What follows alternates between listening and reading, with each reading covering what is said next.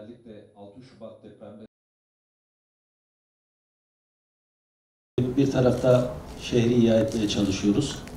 Depremin yaralarını Allah'a şükürler olsun sarıyoruz.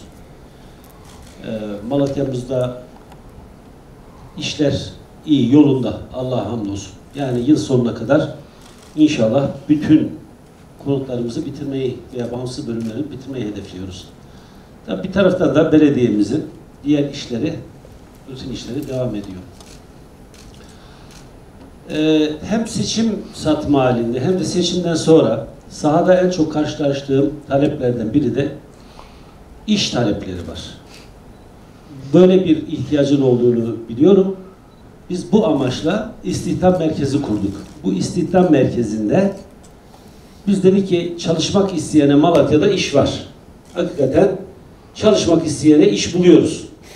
İstihdam merkezinde çok ciddi manada talepler oldu ama çalışmak isteyenlere iş bulduk ve çalışıyorlar.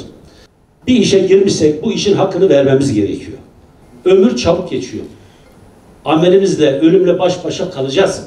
Onun için yaptığımız işin hakkını vermemiz lazım. Çoluk çocuğumuza helal rızık, helal lokma götürmemiz lazım.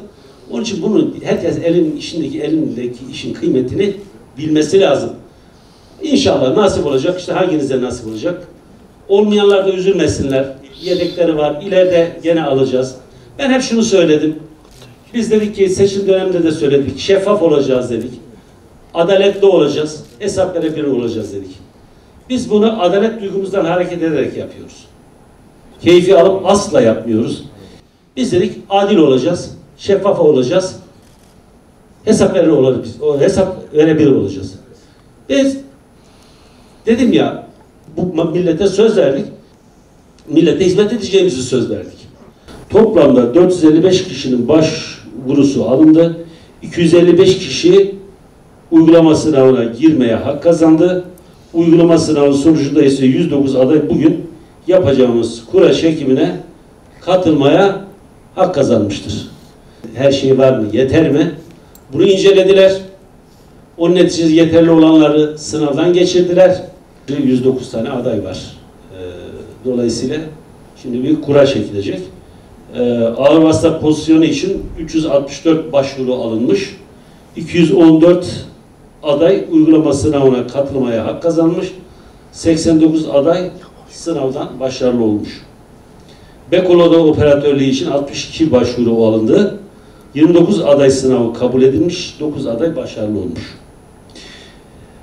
Ekskavatör operatörlüğü için yapılan 29 başvuru sonucunda 12 aday sınava girmeye hak kazanmış. 11 aday sınavı başarıyla tamamlamış.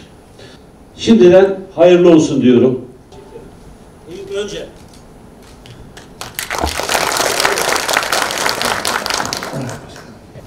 9 numara Zübeyir Aydoğan.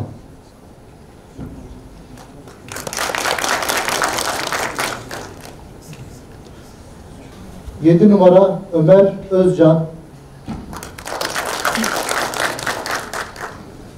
1 numara Adnan Taşdemir, Ahmet Akkösen, Mehmet Kızılca, Ali Gülener, Battal Gazi Karagülle, Burak Akçil, Burak Nacar, Burak Yanardağ, Burhan Türkeş,